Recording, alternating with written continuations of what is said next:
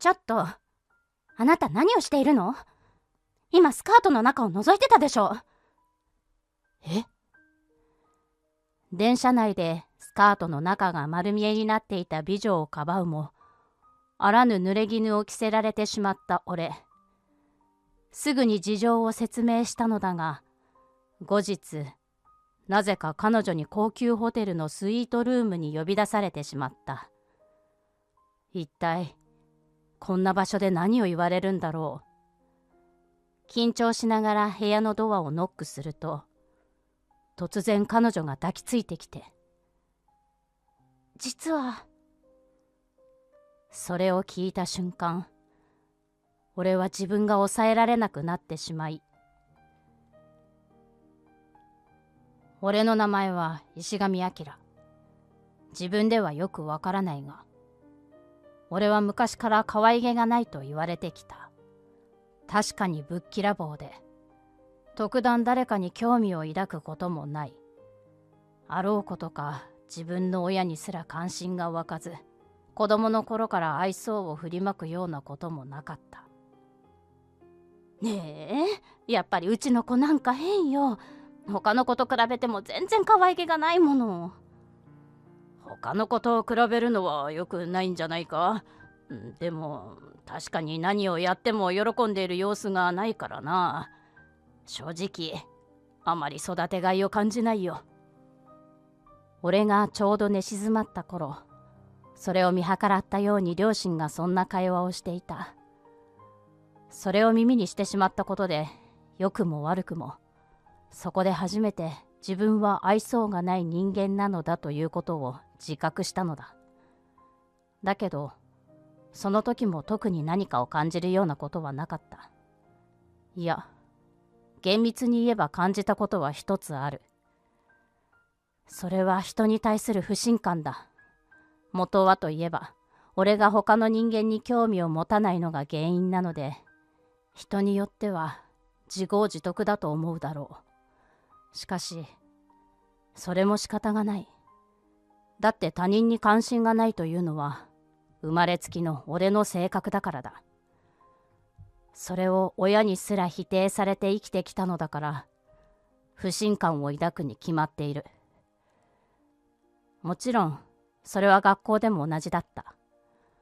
小学生の頃、俺はクラスメイトと馴染めず、常に浮いた存在だったのだ。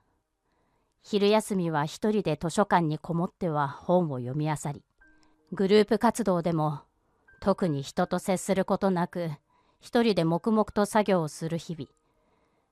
そんな俺を見かねてか、クラスの担任はあらゆる方法で俺をクラスに馴染ませようと尽くしてくれたが、それも叶わなかった。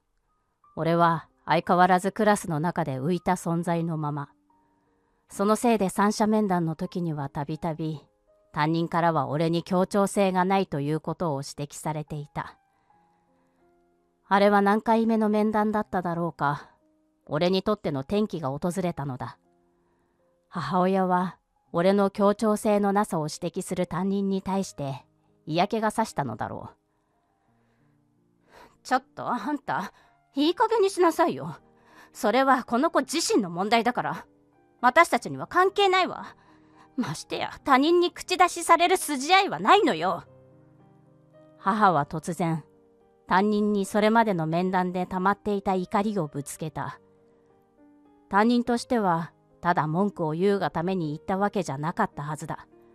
ここから先の将来、俺のことを思って、俺が生きやすいよう、協調性のなさを解決しなくてはいけないと思ってくれたのだろう。担任の口ぶりからもそれは伝わっていた。しかし、それが逆に母親の逆鱗に触れてしまったようだ。あの子の何を知ってるというの？母の怒りはそう言わんばかりの怒り方だった。母親が担任の相談事とも捉えられる内容を突っぱねてからは、俺の生活は様変わりした。その面談を皮切りに、母親はなんと俺を学校に行かせなくなったのだ。お母さん、本当に学校に行かなくていいの？ええ、別に学校なんか行かなくてもちゃんと生きていけるわ。だって私の子供だもの。今考えればおかしな話だ。俺がクラスで協調性がないからとはいえ、そこまでする必要があっただろうか。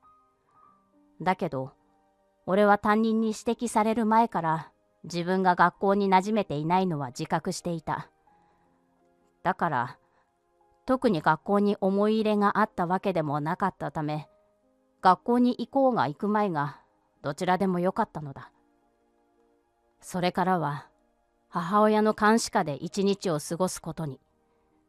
だが、成り行きでそうなってしまったとはいえど、両親はさすがに周囲の目が気になったらしい。俺が外に出ようものなら、ものすごい剣幕で怒ってきた。こういう状況になったのは、裏を返せば、母親が俺の個性を大切にしてくれた結果だったのかもしれない。だが日が経つにつれて、俺はこの生活に息苦しさを覚えて嫌気がさしてきていた。そう感じるようになってから、俺は両親が出払ったタイミングを見計らって家を抜け出すようになったのだ。最初は行くあてもなく、日中をぶらぶらと歩き回っていた。ただ息苦しさを解消するためだ。それだけで十分だった。しかし、途中から俺は近所にあった図書館に入り浸ることになったのだ。小学校にも図書館はあったが、そことは規模がまるで違う。小学校の図書館は子供たちが読むスペースの方が広く、本棚は端に数棚ある程度。図書館自体も校舎1階ワンフロアのサイズだ。しかし、この図書館は違う。所狭しと並ぶ本棚、それが3階までのフロアを余すことなくあったのだ。図書館に入った瞬間、その光景に思わず見入ってしまい、当時の俺は高揚したのを覚えている。本棚の隙間を縫うように歩き回っては、夢中になっていろんな本を手に取った。俺は人に対した感情が湧くことはなかったが、本に対しては違ったようだ。本はたくさんのことを教えてくれる。紙に書かれた文字に他意はない。その文字通りのことを素直に伝えてくれるので、同じ人が作ったものでも、本を挟むことで不信感を感じることなく触れ合うことができ、頭を空っぽにして楽しむことができたのだ。そして俺は連日、図書館に通い詰めていた。ある日、その日も俺は図書館で本棚に寄りかかって本を読んでいた。すると、俺の目の前に誰かが立ち止まったようで、それをページにできた陰りで気づく。ふと顔を上げると、そこには見知らぬおじさんが立って俺の方を見ていた。一瞬ドキッとしたが、すぐさま興味は本に戻っていく。ねえ、君、最近よくこの図書館に来てるよね。本好きなの？うん、おじさんよりね。まさかの返しだったのか。おじさんはクスクスと笑う。そりゃそうだ。学校サボってまで来てるんだもんな。相当本が好きなんだろ？サボってなんかないもん。お母さんが行かなくていいって。そうか。ちょっとした沈黙の間、俺は何を思ったのか、おじさんにこう切り出した。おじさん、俺を連れ去ろうとしても無駄だよ。うちの親、身代金なんて絶対出さないから。むしろ俺がいなくなった方がせいせいすると思うし。唐突な言いように、おじさんは唖然としていた。そして徐々に苦々しい表情になっていくのがわかる。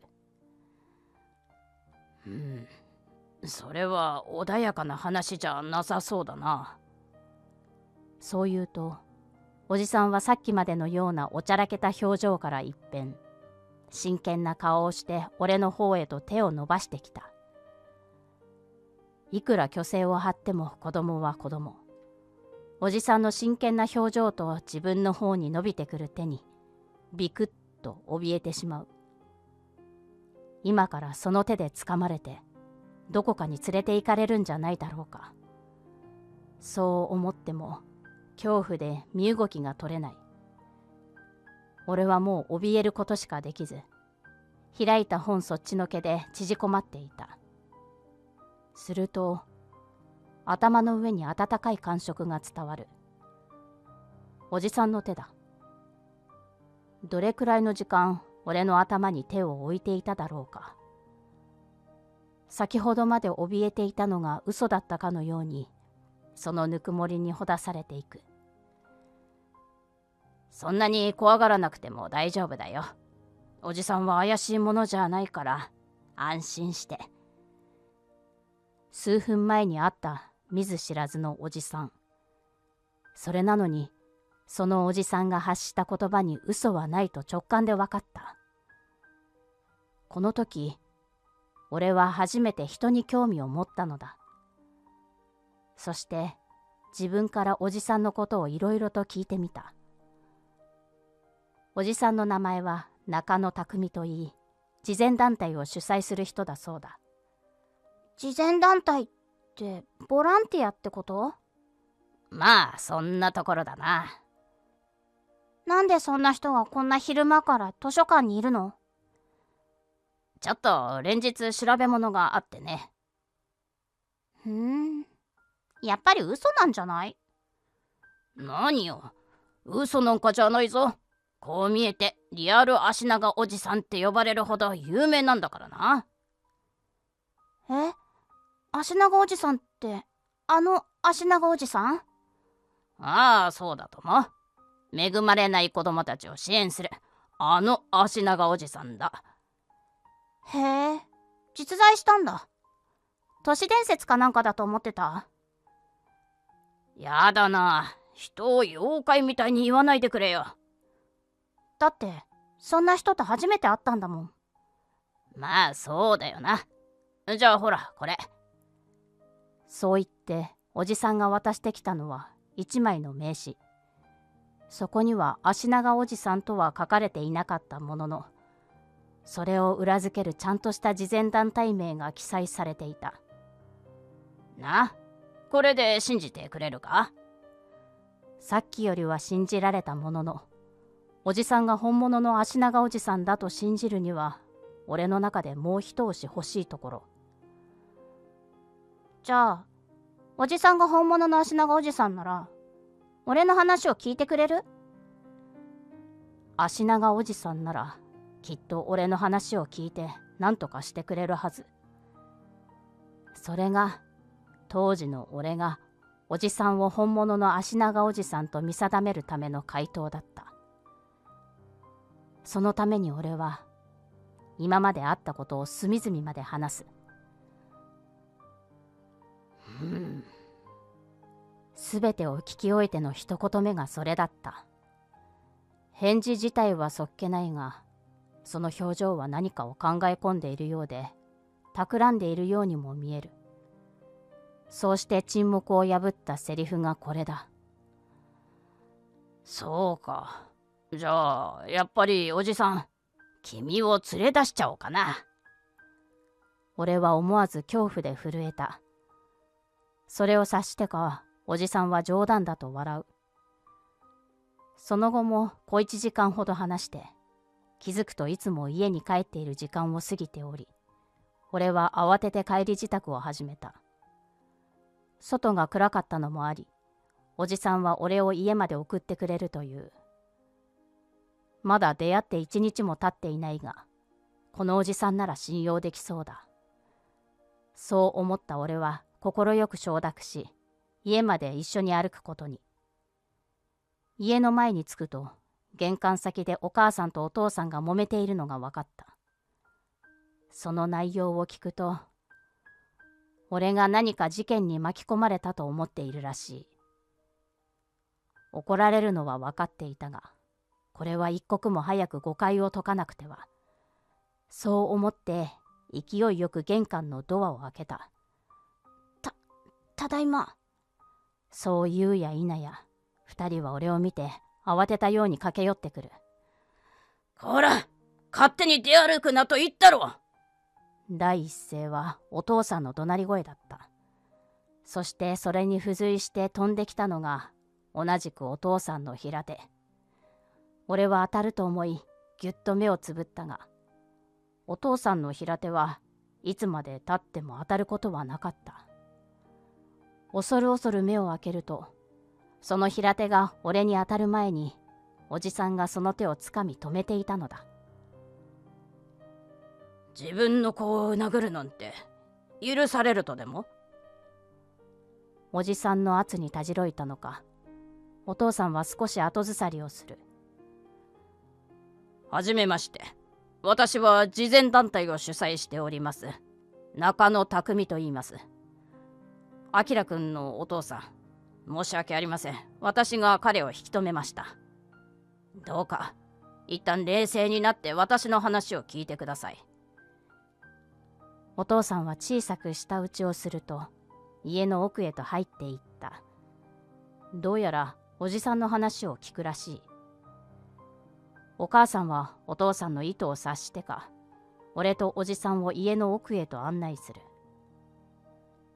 それであなたの何の話を聞けばいいんですか？お父さんはふてくされたようにおじさんに問いかける。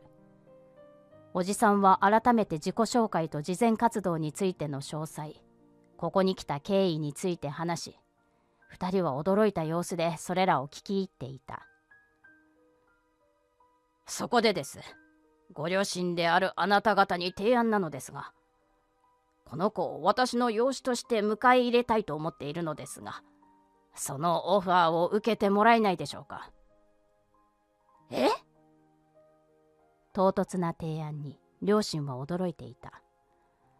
かくいう俺も全く聞かされていなかった内容に驚いてしまう。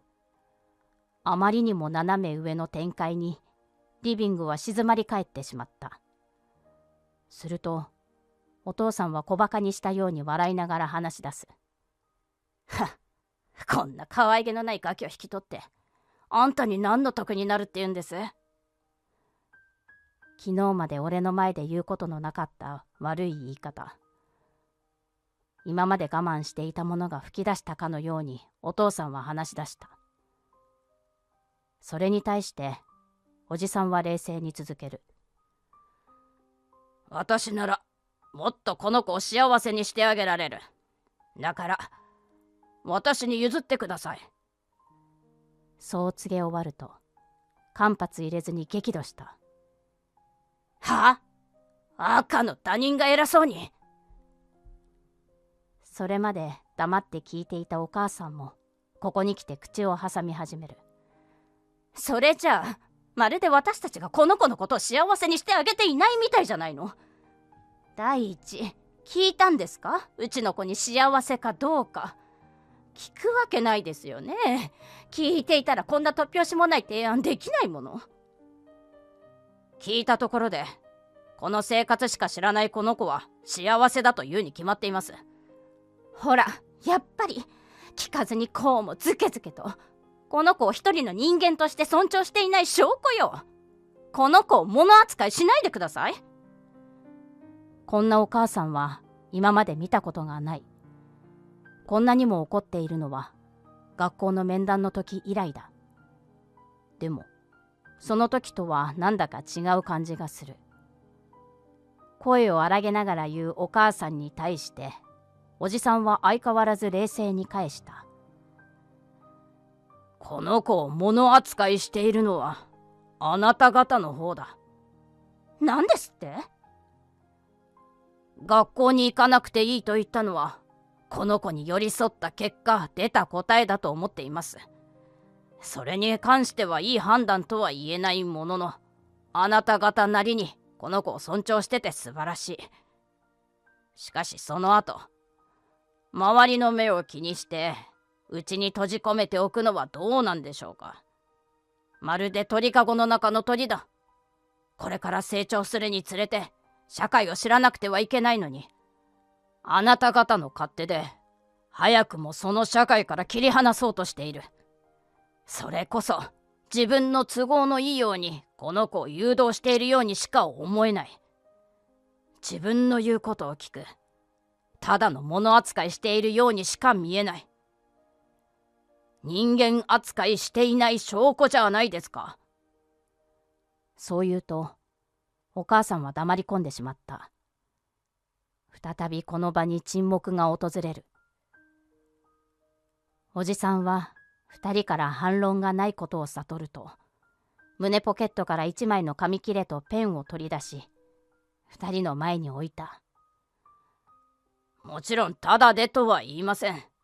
いいねでよろしいので、金額をお書きください。その発言に、今まで渋っていた二人は手のひらを返すように快く承諾。いくら親にすら関心がないとはいえど、こうもあっさりと自分の子を売る二人を見て、俺はショックを受けてしまった。去り際、おじさんに対して強気だった二人は懐柔されたかのように笑顔で頭を下げている。父に関しては俺の方を見向きもしなかった。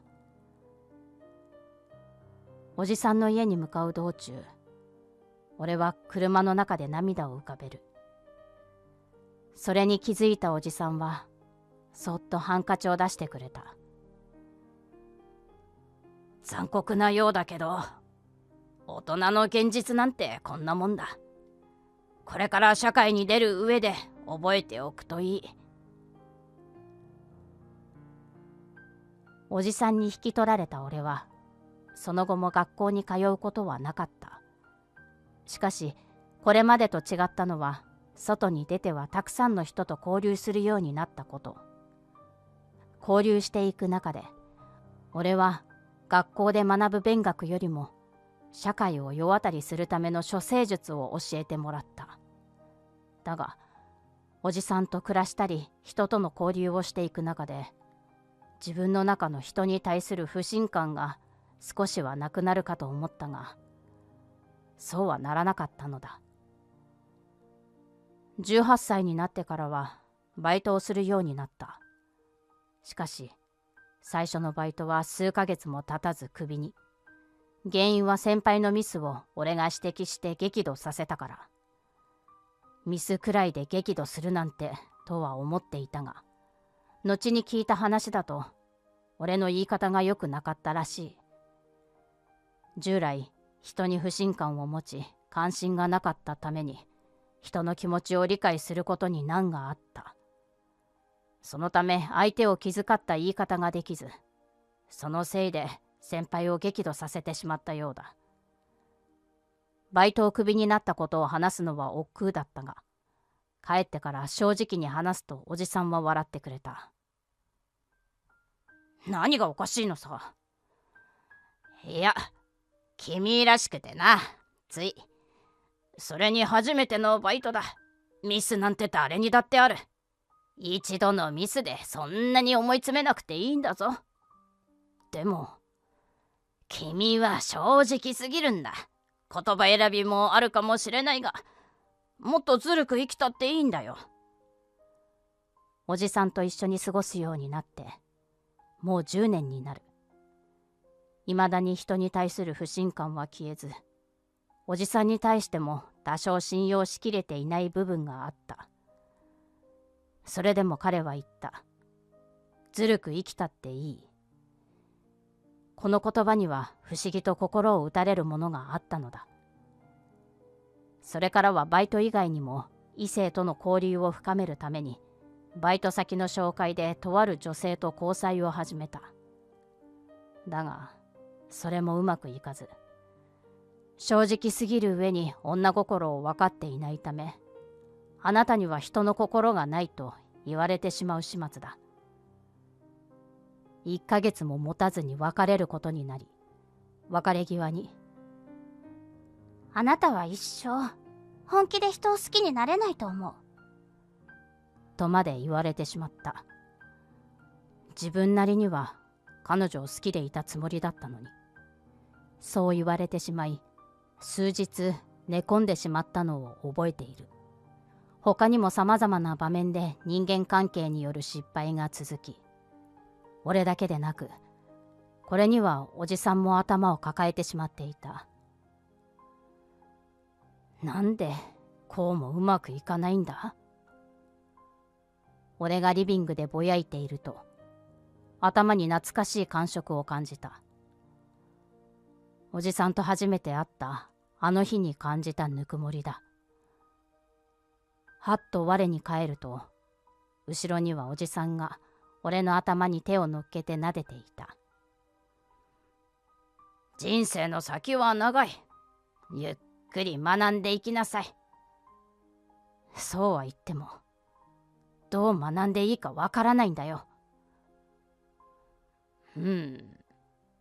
少し考え込むと、おじさんは俺に尋ねた。今でも小説は読むのか？知ってるでしょ。うちにいてすることとなれば、本を読む以外はないって。ああ、ただの確認だよ。じゃあこういうのはどうだろうか。アキラは自分を俳優だと思うんだ。俳優？そうだ。俳優になって小説に出てきた登場人物の人柄を真似するんだよ。どういうこと？アキラは相手の気持ちを理解できないわけではないんだ。それは今までたくさんの文学作品に触れていたからね。だから相手の気持ちを汲み取って、それに対する自分なりの正解を持ってはいる。だが、素直さがそれを表に出すのに抵抗感を与えているんじゃないだろうか。それを言われて思い返してみると、確かにそうだなと思う場面がいくつか出てきていた。素直さや正直者でいるのはとてもいいことだ。でもそれだけではこの社会を生き残るのは難しい。少し自分を押し殺して相手の喜ぶことを言うのもまた素直さや正直者でいるのと同じくらい大切なことだと思うよ。みんなもそうして生きているんだ。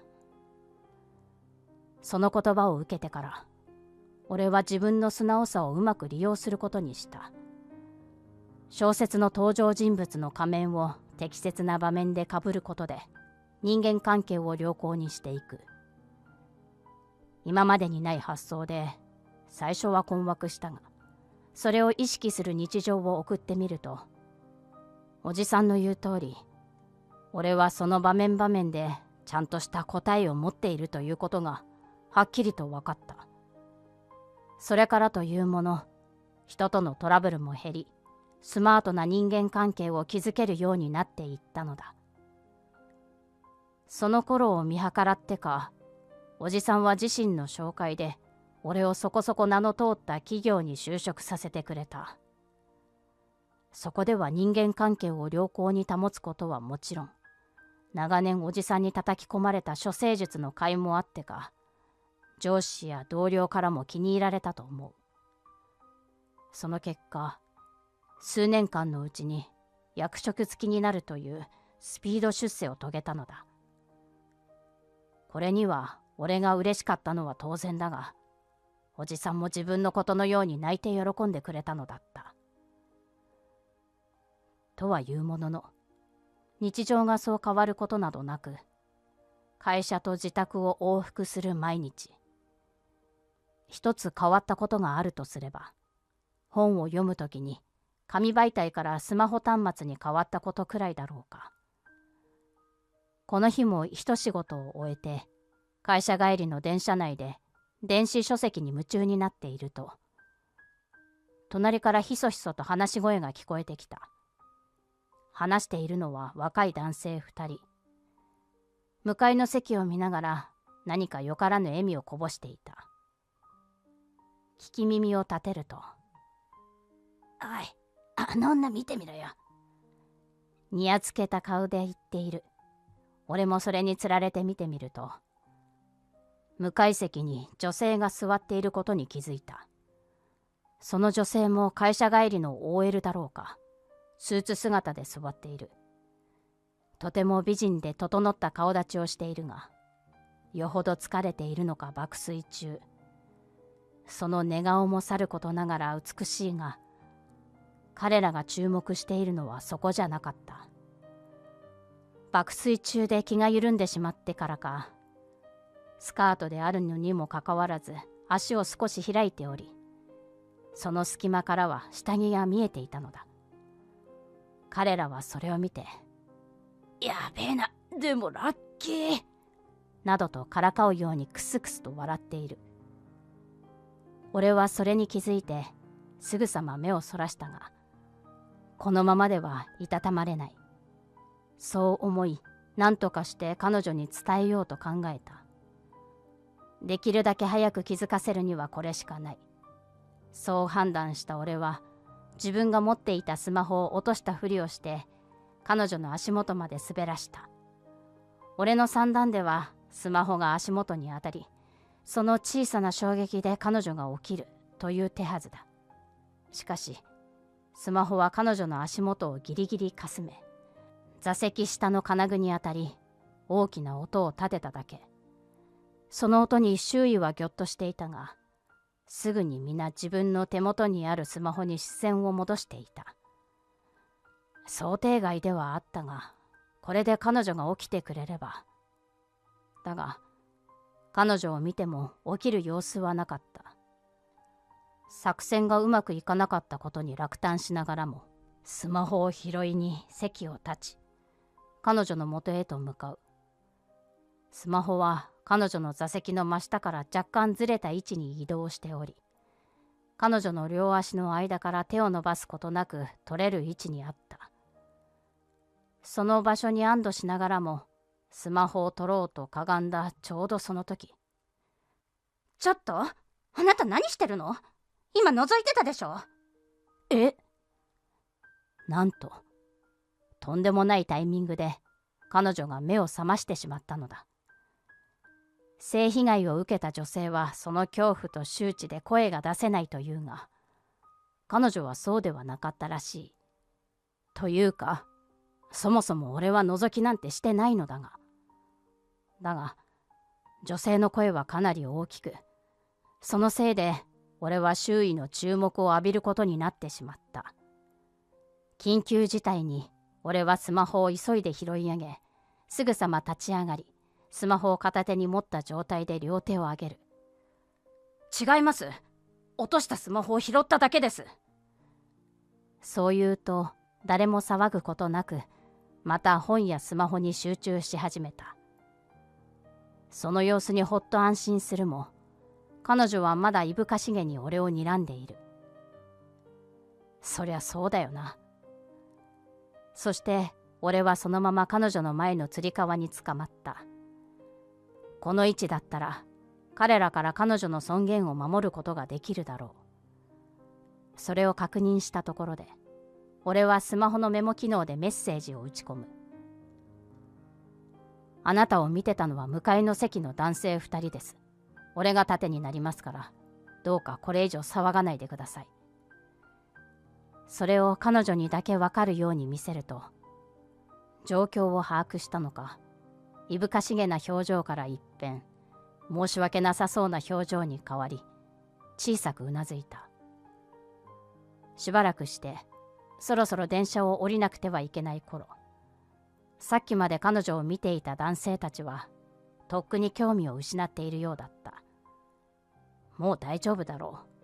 そう思って駅に着くのと同時に、彼女に軽く会釈をしてから電車を降りた。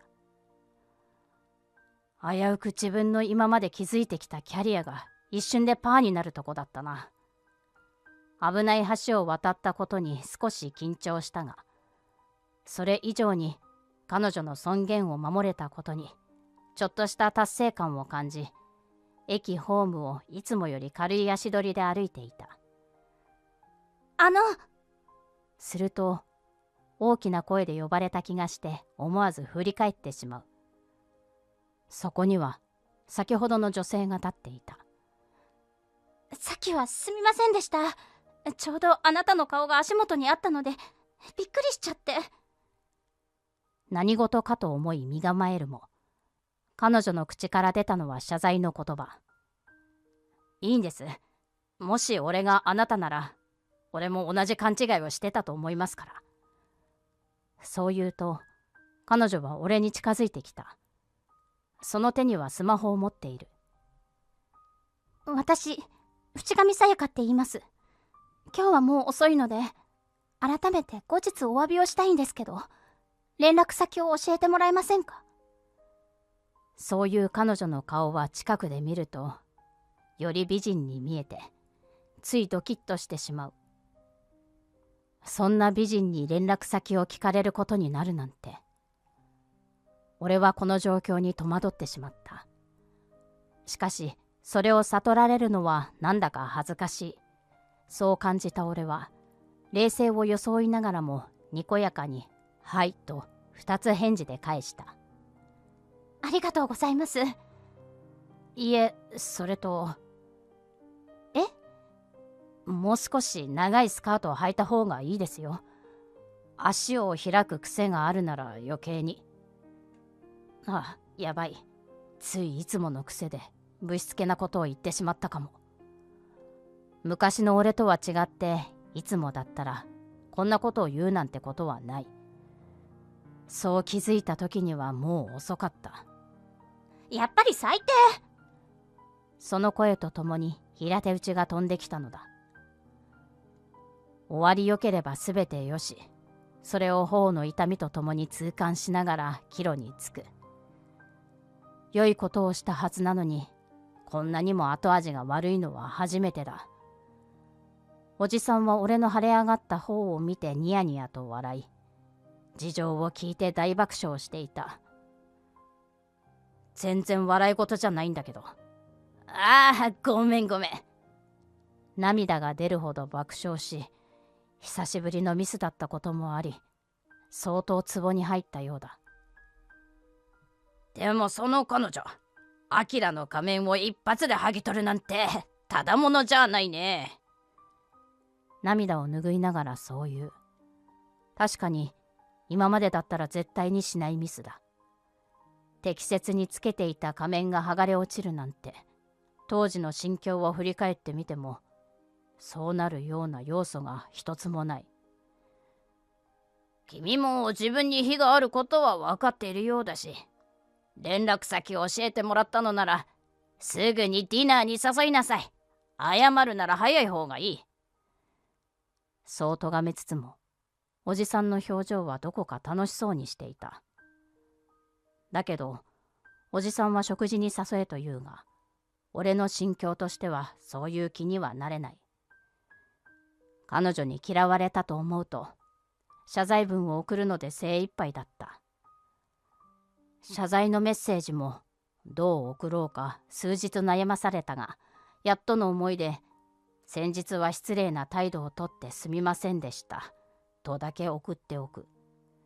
だが彼女に駅のホームでビンタを食らってから1週間が経った後も返事はなかった。そしてこれらの一件を忘れそうになっていた頃のこと。突如俺の前に淵上さやかさんが現れたのだ。それもなんと俺が勤める会社の会議室で。なんであなたがここに？話を聞くと驚くことに、俺と彼女は同じ会社の社員だったらしい。それなのに今まで顔を合わせることはなかったのは、フロアが違うのはもちろんのこと、お互いが配属されている部署がそれぞれ関わりが薄い部署同士だったからだ。こんな偶然あるんですね。そうだね。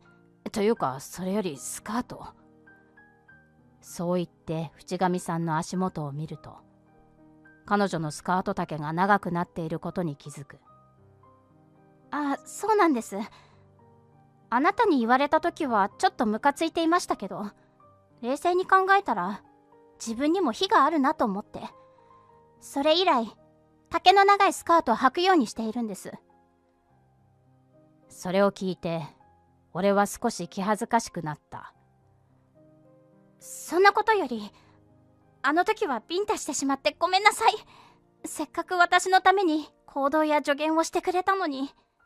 いや、いいんです。俺も一言余計だったと思っていたので。それに、連絡もろくに返せなくてごめんなさい。最近ずっと忙しくて、返事を返してる余裕がなくて。気にしないでください。本当に大丈夫なので。そう言うと、遠くの方で俺の名前を呼ぶ声が聞こえてきた。あ、呼ばれたので行きますね。そう言い残し、俺はその場を離れていく。そしてその日はそれ以外変わった様子はなく、家に帰ることにしたのだった。その子、同じ会社の人だったのか？おじさんに今日あった出来事を話すと、驚きのあまり目ん玉が飛び出しそうになっていた。それはもう運命だよ。アキラは絶対に彼女と付き合うべきだ。驚きつつもそう助言をしてくれたが、向こうから連絡が来ないことには何ともやり取りするのが難しい。どうしたら自然に連絡を取ることができるだろうか。その日の寝る直前まで方法を考えていると、なんと彼女の方からメッセージが届いた。内容としては、明日のランチを一緒にしないかというもの。もともと俺は淵上さんを異性として少し意識していたが、さらにおじさんの言葉とそのメッセージ。それらが後押しとなり、俺は余計に彼女を意識してしまった。とは言いつつも、お互いまだ深い関係ではない。変に先走らないよう、今度は仮面がちゃんと外れないように気を引き締めるのだった。メッセージのお誘いを受けてから、淵上さんとは何度か共にランチをするようになっていった。今まで彼女の寝顔か怒った顔しか見たことがなかったから、仲を深めていくにつれていろんな表情を見ることができている気がする。彼女の豊かな表情を見ていると、俺はその魅力にさらに引きつけられていった。淵上さんへの思いもどんどん強くなっていく一方だ。だが、俺たちの関係値は深まってはいくものの、一向に恋愛に発展する気配はない。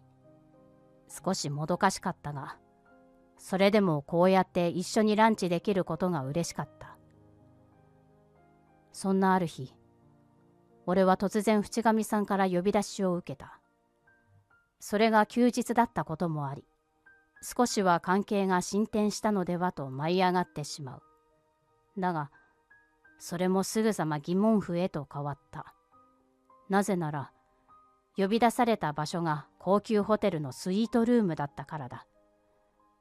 いくら関係が深くなったとはいえ、いきなりそんな場所に呼び出されるのは不自然すぎる。いろいろと考えることはあったものの、呼び出された以上は行くことにした。ホテルに着き、彼女が指定した部屋へと向かう。到着したことを伝えるとドアが開いて、中から淵上さんが出てきて、突然俺に飛びついてきた。ちょっと、淵上さんだよね。驚きのあまり当たり前のことを聞いてしまったが、彼女はそれにも動じず、俺に顔をうずめたまま抱きついている。だけど通路でこの状況でいるのはまずいだろう。そう思って、俺は抱きつかれたまま部屋の中に入ることにしたのだった。一体何があったの？こんなところに呼び出して、それにその格好。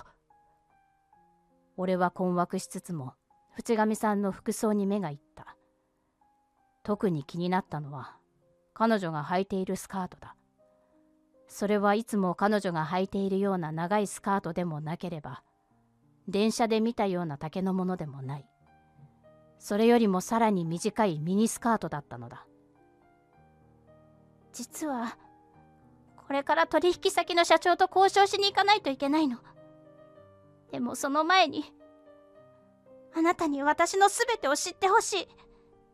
そしたらきっと勇気が出るから。この丈の短いスカートで交渉となれば、そういうことだというのは明確だった。小説の中の世界だと思っていたが、まさか現実でもそういうことがあるなんて。淵上さんは顔を上げてまっすぐに俺を見てきた。その目はいつも見せる明るく可愛らしい表情ではなく、今にも泣き出しそうで悲しい表情をしている。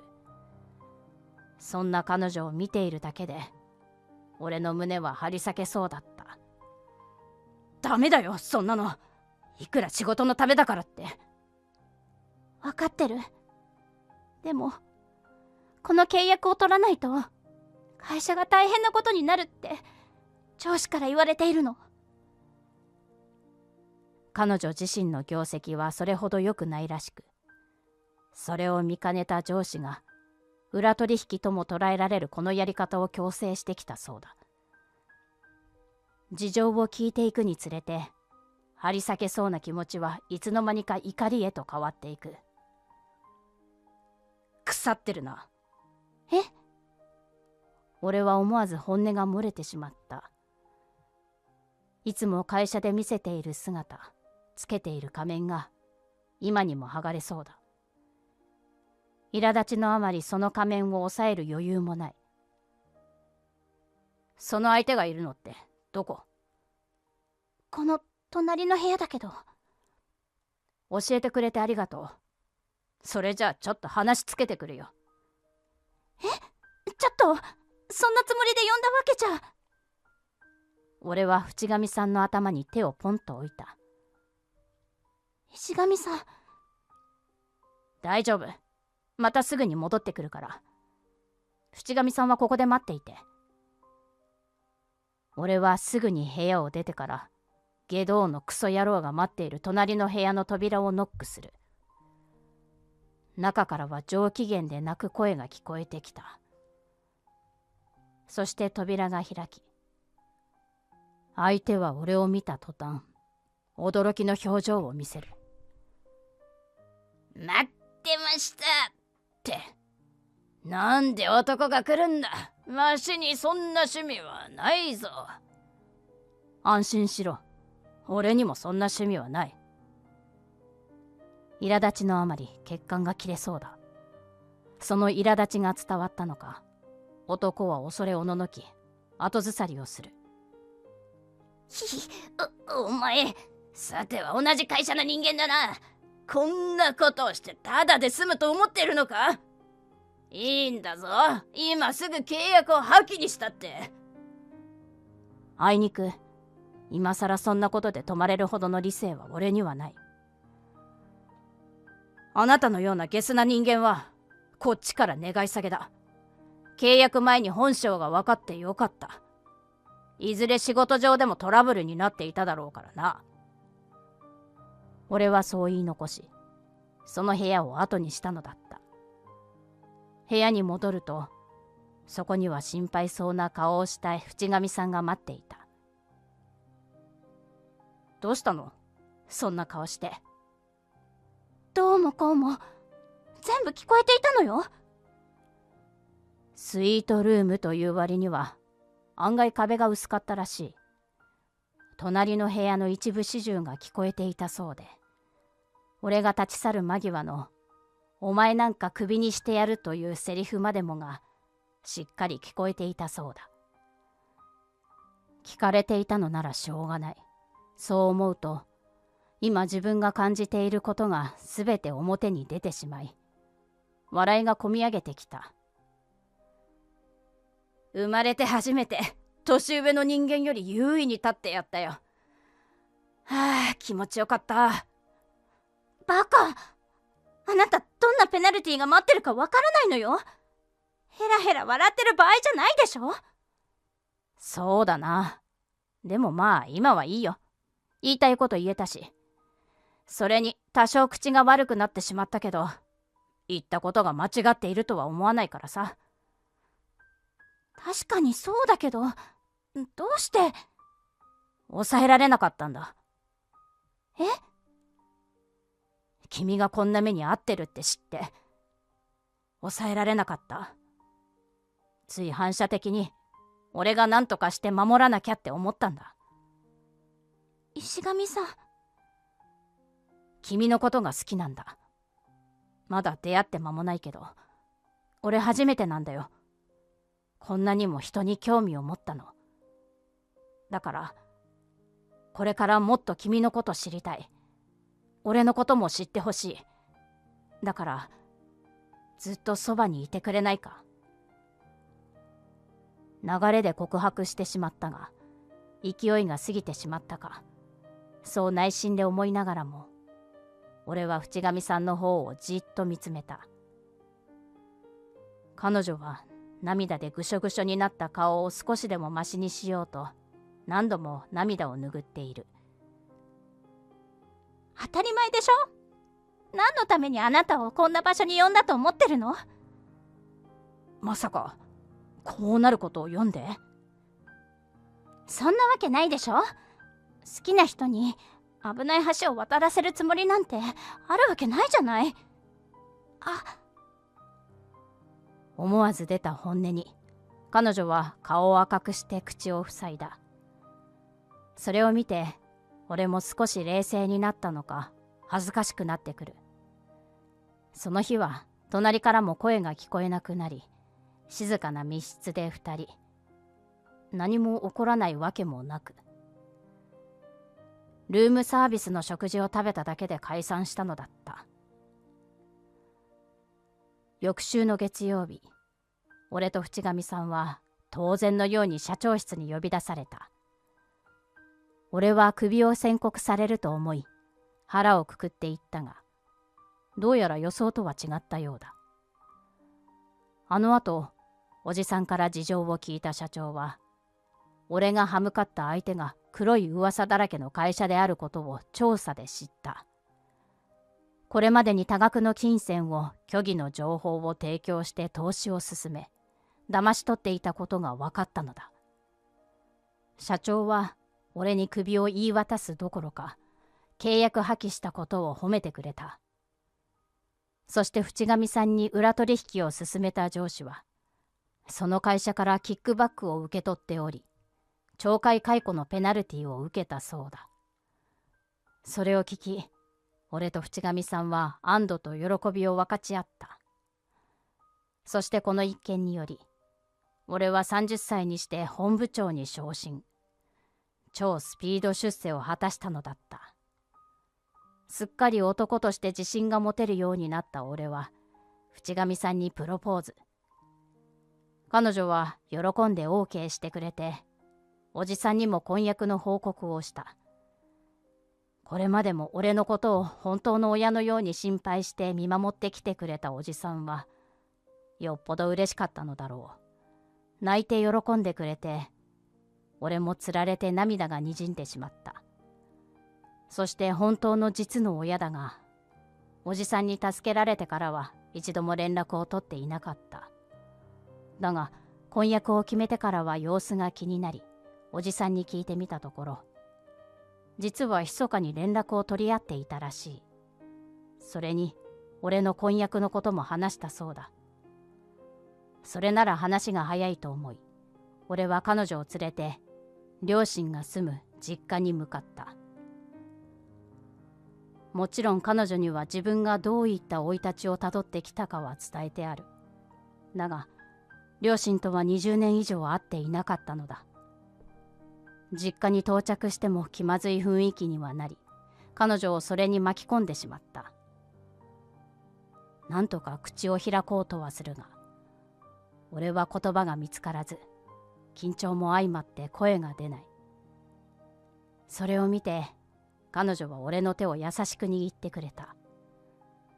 その瞬間、ゆっくりと緊張がほぐれていき、俺は顔を上げて両親に本心を話す。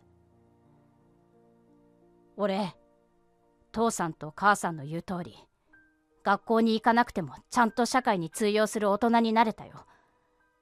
正直恨んだこともあったけど、俺の個性を尊重してくれたことを今は感謝してる。母さん、俺を産んでくれてありがとう。可愛げのない子供でずっと苦労したよね。あの時はピンとこなかったけど、本当は俺、二人のこと大好きだったんだよ。今更って感じかもしれないけど、俺、二人のこともちゃんと親だと思ってるから、また時々会いに来てもいいかな。それを聞いた両親は涙を流しながら、こちらこそごめんなさいと頭を下げて過去の懺悔を始めた。実は当時、父親の仕事がうまくいっておらず、家計は火の車だったらしい。学費を捻出できないとは言えず、なんとか理由をつけて俺に学校に行かなくていいように仕向けていたそうなのだ。おじさんをうちに連れてきた時に、二人が俺に向けた厳しい態度も半分八つ当たりで、目先のお金のために俺を売る形になってしまったことを、二人は後になって後悔していた。今まで隠してきた秘密を打ち明けたことで少し吹っ切れたように、お父さんは、でも、むしろこれでよかったのかもしれない。中野さんの言う通り、お前は俺たちといるより幸せになれたんだから。と小声でつぶやいたのだった。昔のお父さんからは考えられない、その弱りきった姿に、俺は今にも泣きそうになる。お母さんも涙ぐみながら、本当に立派に育ってくれてよかった。さやかさん、息子のことをどうかよろしくお願いします。と深く頭を下げたのだった。俺は長年の胸のつかえが取れたように気持ちが軽くなり、結婚式には出席してよね、と両親に初めてぶっきらぼうじゃない心からの笑顔を見せたのだった。